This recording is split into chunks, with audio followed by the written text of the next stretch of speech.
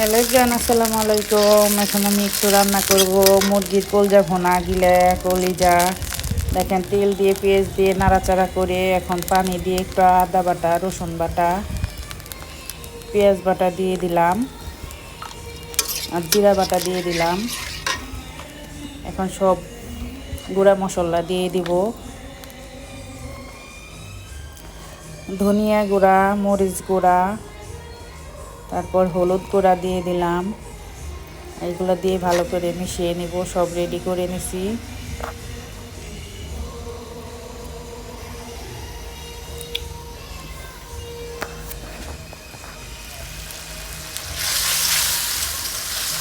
মশলাটা আমার কষানো হয়ে গেছে। এখন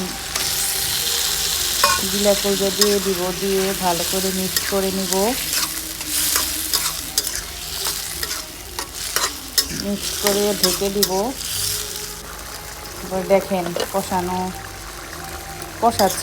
হয়ে যায় না। এখানে কষিয়ে হালকা একটু পানি দিয়ে দিব।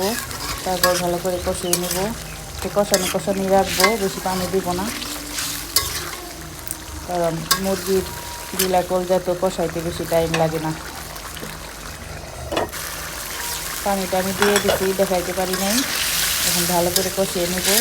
আর একটু এখন হবে, আস্তে আস্তে একটু কমিয়ে দিব। কমিয়ে দিয়ে বসিয়ে রাখবো।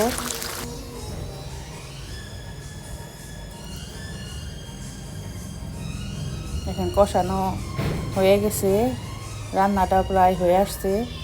তো কষানোই রাখবো। রুটি দিয়ে খাওয়ার জন্য এটা রান্না করছি।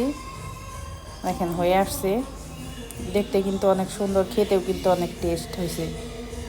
খেলে সে বুঝতেন।